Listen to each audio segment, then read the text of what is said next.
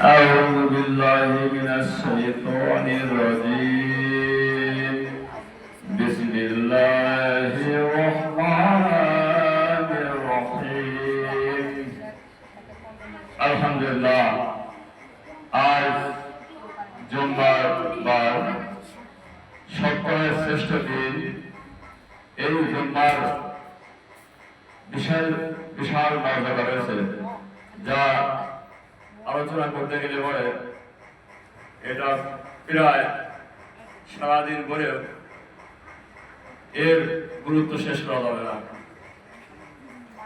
প্রিয় মুসলিম উম্মাহ, আমরা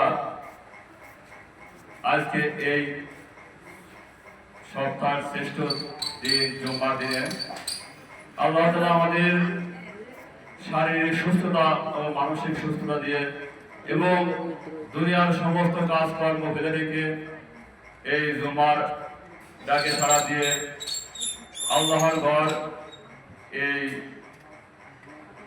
মাদ্রাসার আসার মতো তৌফিক দিলেন। সেই মহান মনিবের দরবারে জোরে সোরে এবং শুকরিয়া আদায় করে আমরা সবাই বলি আলহামদুলিল্লাহ। শতকোটি শুকরিয়া আদায় করি সেই মানবতার মহান দূত, সৃষ্টির সেরা মানুষ, যার তৈরি আমাদের পৃথিবী কিছুই সৃষ্টি হতো না। আমাদের প্রিয় হাবিব, আল্লাহর বন্ধু, দুজাহানের বাদশা হযরত মুহাম্মদ সাল্লাল্লাহু আলাইহি ওয়াসাল্লাম। সবাই জোরে সোরে একবার বলে সাল্লাল্লাহু আলাইহি ওয়াসাল্লাম। প্রিয় উপস্থিতি, আমরা এই বিশ্বনবীর জীবন থেকে আজ তার প্রথম স্ত্রীর মৃত্যুর ঘটনাটা আমরা জানব। আমাদের নবীর প্রিয় স্ত্রী হযরত খাদিজা রাদিয়াল্লাহু আনহা, আমাদের নবীর প্রতি কত ভালোবাসা ছিল এবং আমাদের নবী তাকে কত ভালোবাসত সেই দৃষ্টান্ত আমরা আজ আলোচনা করব। এবং পৃথিবীর প্রতিটি নর নারী এবং বিবাহিত জীবনে যদি তারা এই উপদেশগুলো ফিট করে তাহলে তাদের জীবনে পারিবারিক জীবন এবং পরকালীন জীবন দুটাতেই তারা শান্তিময় হতে পারবে। আর এই পৃথিবীর কোনো প্রকার নিয়ম কারণে পারিবারিক শান্তি আসা সম্ভব না। যদি আমাদের নবীর জীবন এবং নবীর স্বামী স্ত্রীর জীবন এবং নবীর দাম্পত্য জীবন যেভাবে গড়ে ওঠে, আমরা যদি সেই নিয়ম নীতি মেনে চলি তাহলে আমাদের জীবনে কোনোদিন অশান্তি হতে পারে না। আমাদের নবীর জীবন থেকে পাওয়া যায় আমাদের নবী বিভিন্ন কাজে ইসলামের দাওয়াত দেওয়ার জন্য বিভিন্ন সময় রাতের অন্ধকারে বিভিন্ন সময় বিভিন্ন জায়গায় গেছে। আমাদের নবী বর্ণনা করে, আমি যখনই বাড়িতে ফিরছি আসে দরজায় নক করার সাথে সাথে খালিদা সঙ্গে সঙ্গে দরজায় খুলে দিত। আমি জিজ্ঞাসা করতাম, খালিদা তুমি কি ঘুমাও না? খালিদা রাদিয়াল্লাহু তাআলা বর্ণনা করতো, হে আল্লাহর নবী, আমি যদি ঘুমায় যাই তাহলে আপনি আসে আমাকে ডাকাডাকি করবেন, আপনি বিরক্ত বোধ করবেন। আমি এটা চাইনি যে আমার স্বামী আসার পরে আমাকে বারবার ডাকি ডেকে আমাকে তুলুক, এই জন্য আমি ঘুমাই না। আমাদের নবী বললো, ঠিক আছে এটা না তুমি করো, কিন্তু তুমি তো আমি তো অনেক সময় ব্যয় করি বাইরে, আমার তো সময় ব্যয় হয়ে যায়, তোমার ক্ষুধা লাগে না? তুমি তো খায়া নিতে পারো, খায়া নিয়ে এভাবে থাকতে পারতে। বলতো না, আমি যদি তোমার আগে খাই তাহলে কাল কিয়ামতে আল্লাহর কাছে জবাবদিহি করতে পারবে যে তুমি তোমার স্বামীর আগে খায়া তুমি ওরা করতে করতে খাইছো, তোমার স্বামী কষ্ট করছে। তা আমার আল্লাহ আমার উপর অসন্তুষ্ট না হয়, এই জন্য আমি যতক্ষণ আপনি না আসেন ততক্ষণ পর্যন্ত আমি খাবার খাই না। আমাদের নবী তারপরে বলে, খাদিজা তুমি খায়া নিবা, খায় নিয়ে তুমি কেন কষ্ট পাবা? এইভাবে আমাদের নবী বলার পরে খাদিজা কোনোদিনও আমাদের নবীর আগে খায় নাই। এইভাবে সে যত রাত্রে নবী আসবে যত রাত্রে কোনোদিনও সে একা একা খায় নিয়ে উদার করতে ঘুমায় না, সবসময় তার স্বামীর প্রতি কি মহব্বত। আমরা শুনতে পাই সে হাজিরাদা দেখে আসছে হীরা পর্বত, সেই 150 ফুট উপরে, যেখানে আমাদের নবী ধ্যানমগ্ন থাকতো। এবং খাদিজা রাদিয়াল্লাহু আনহা সেই 75 বছর বয়সেও বিভিন্ন সময় সেই খাবার নিয়ে ওই নবীর ওই হীরা পর্বতের গুহায় কত কষ্ট। এখানে একজন পুরুষ মানুষ যেখানে উঠতে পারে না, সেখানে একটা মেয়ে মানুষ প্রতিদিন এইভাবে আমাদের নবীর জন্য খাবার নিয়ে এসে যেত। তাহলে আমাদের চিন্তা করা যায় নবীর প্রতি খাদিজার কত ভালোবাসা ছিল। খাদিজা রাদিয়াল্লাহু আনহা আমাদের নবীর সাথে যখন বিয়ে হয় তখন তার বয়স 40 এবং তার প্রচুর সম্পদ ছিল।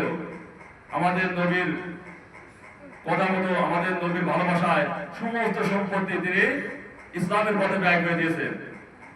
এবং আমাদের নবীর কাছে খাদিজার বয়স যখন 75 হয়, 75 পড়ে যায়, এমন অবস্থা আমার খাদিজা একদিন শরীর প্রচন্ড জ্বর এবং বুকে ব্যথা, খাদিজা শরীরে অশান্তি।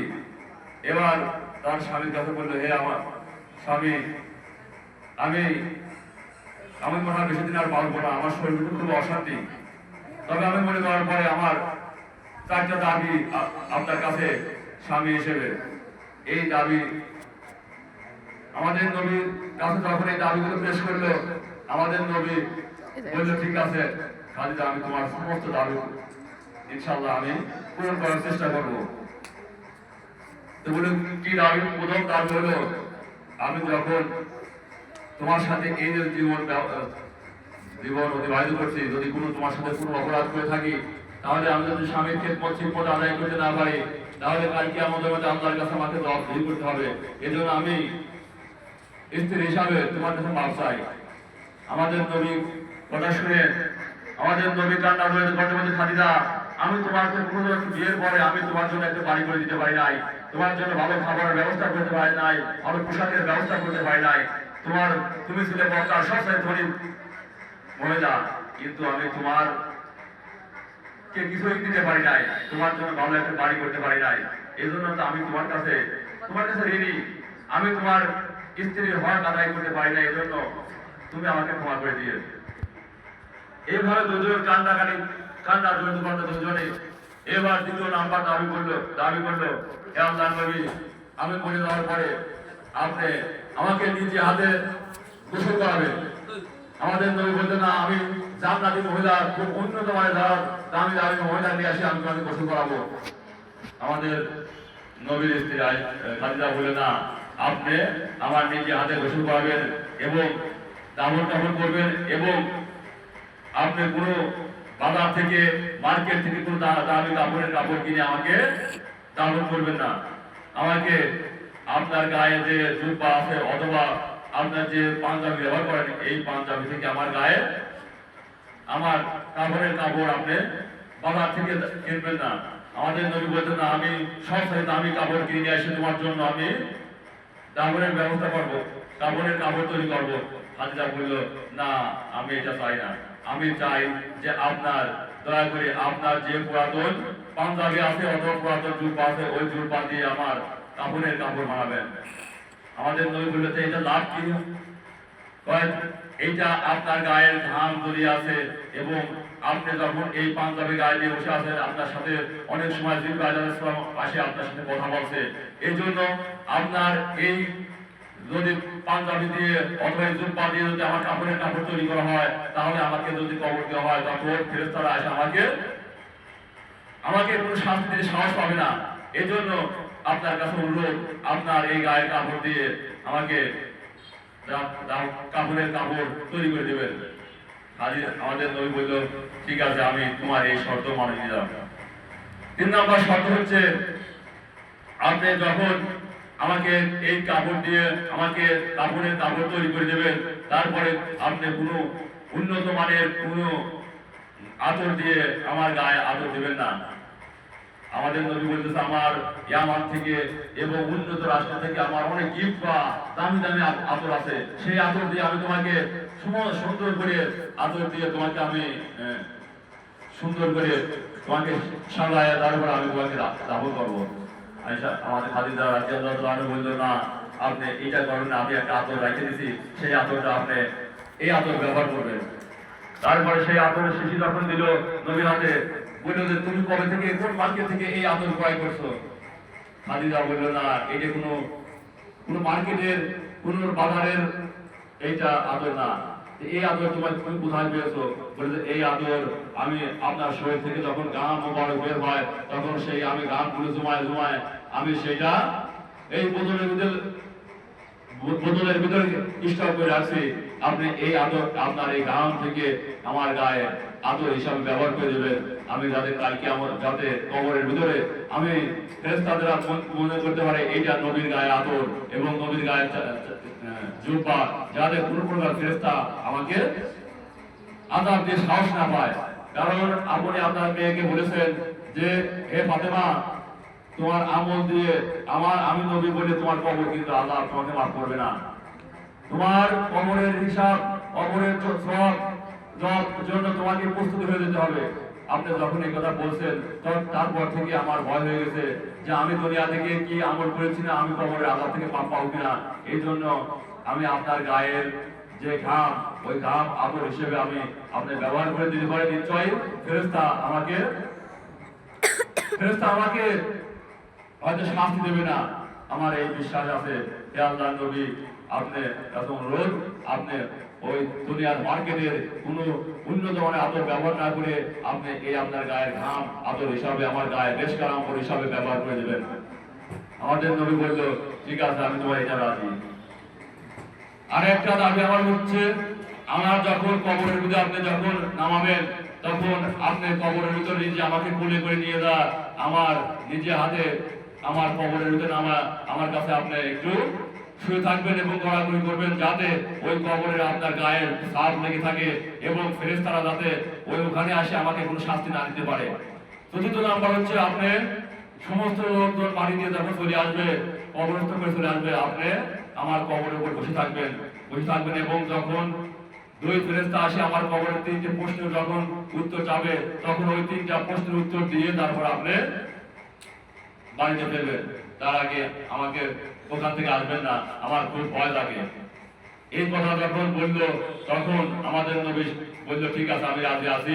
আমি আল্লাহ তাআলার কাছে শুকরিয়া আদায় করছি, আল্লাহ যে খাদিজা রাদিয়াল্লাহু আমার সারা জীবনের জন্য আমার সমস্ত কিছু, আমার সমস্ত শক্তি যোগাইছে এবং আমার পিছনে লক্ষ লক্ষ কোটি কোটি টাকা খরচ করছে এবং ইসলাম প্রসার করার জন্য এই খাদিজা আমার জন্য যা করছে, আল্লাহ আমি আজ খাদিজার কথা মতো যদি না চলতে পারি, আমি আল্লাহর কাছে আজ জিম্মাদার হয়ে যাবো, আল্লাহর কাছে আজ আমি আসামি হয়ে দাঁড়াবো। কারণ খাদিজা আমার জীবনের জন্য যা করেছে আমি তার কিঞ্চিত মাত্র পরিশোধ করতে পারি নাই। খাদিজা, তোমার সাথে আমি কথা দিলাম, তোমার এই তিনটা প্রশ্নের উত্তর না দিয়ে আমি আর এই কবরের পাশ থেকে আমি যাব না। এদিকে সমস্ত মানুষ চলে গেল, হযরত ওমর বলতেছে হুজুর চলেন বাড়ি যাই। হযরত ওমরের কাছে আমাদের নবী বললেন, হে ওমর তুমি চলে যাও, আমি খাদিজার সাথে ওয়াদা দিছি এই খাদিজার তিনটা কবরের প্রশ্নের উত্তর আমি না দিয়ে আমি এখান থেকে যাব না। এদিকে আমাদের নবী যখন বসে আছে, হঠাৎ করে ফেরেশতা চলে আসে, ফেরেশতা জিবরাইল ফেরেশতা আসে আমাদের নবীর কাছে সালাম দিলেন, আল্লাহ নবী আপনি যদি এখান থেকে না যান তাহলে খাদিজার কবরের প্রশ্ন তিনটে প্রশ্ন তারা করতে পারতেছে না। আপনি যদি এখানে থাকেন তাহলে কোনো ফেরেশতার এমন সাহস নাই যে আপনি এখানে বসা থাকা অবস্থায় তারা আসে খাদিজার কাছে প্রশ্ন জবাব দেবে। এবার ফেরেশতার কাছে আমাদের নবী বলল, হে ফেরেশতা, আমি খাদিজার সাথে ওয়াদা দিয়েছি যে আমি খাদিজার কবরের এই তিনটা প্রশ্নের উত্তর না দিয়ে আমি এখান থেকে যাব না। ফেরেশতা যখন এই কথা বলল, এবার আল্লাহ তাআলা সরাসরি গায়ে দিয়ে আমাদের নবীর কাছে বললেন, হে আমার দোস্ত, হে আমার প্রাণের বন্ধু, আমি তোমার কাছে বলি খাদিজার ব্যবহারে আমি এতটাই সন্তুষ্ট হয়েছি যে খাদিজার এই কবরের প্রশ্ন জামিনদার আমি নিজে আল্লাহ, স্বয়ং আমি আল্লাহ ঘোষণা করতেছি যে খাদিজার এই প্রশ্ন তিনটা প্রশ্ন জামিনদার আমি নিজে আল্লাহ ঘোষণা করলাম। এই কথা শোনার পরে আমাদের নবী শুকরিয়া আদায় করে এবং আমাদের নবী তখন খাদিজার প্রশ্ন জামিনদার যখন আল্লাহ নিজে হয়ে গেল তখন আমাদের নবী কবর থেকে রওনা দিলেন। তাহলে চিন্তা করো যে আল্লাহ তাআলা খাদিজাকে কত ভালোবাসে যে খাদিজার প্রশ্নের জামিনদার আল্লাহ স্বয়ং নিজে হয়ে গেছে। আল্লাহ যদি প্রশ্নের জামিনদার হয় সেই মানুষের আর কোনো চিন্তা থাকে, পৃথিবীর আর কোনো টেনশন থাকে না। কারণ আল্লাহ পৃথিবীতে যত কিছু সৃষ্টি সব সৃষ্টি একদিন সব ধ্বংস হয়ে যাবে, পৃথিবীর কেউ থাকবে না, একমাত্র আল্লাহ ছাড়া একজন ফেরেশতা থাকবে না, সমস্ত মারতে মারতে মারতে মারতে সমস্ত জীবজন্তু সব শেষ হয়ে যাবে, কিন্তু আল্লাহ একাধারে থাকবে। প্রিয় উপস্থিতি, তাহলে আমরা যদি আল্লাহ তাআলা পৃথিবীতে একজন মাত্র মহিলার সালাম দিতে আল্লাহ, সে হচ্ছে হযরত খাদিজা রাদিয়াল্লাহু তাআলা আনহা।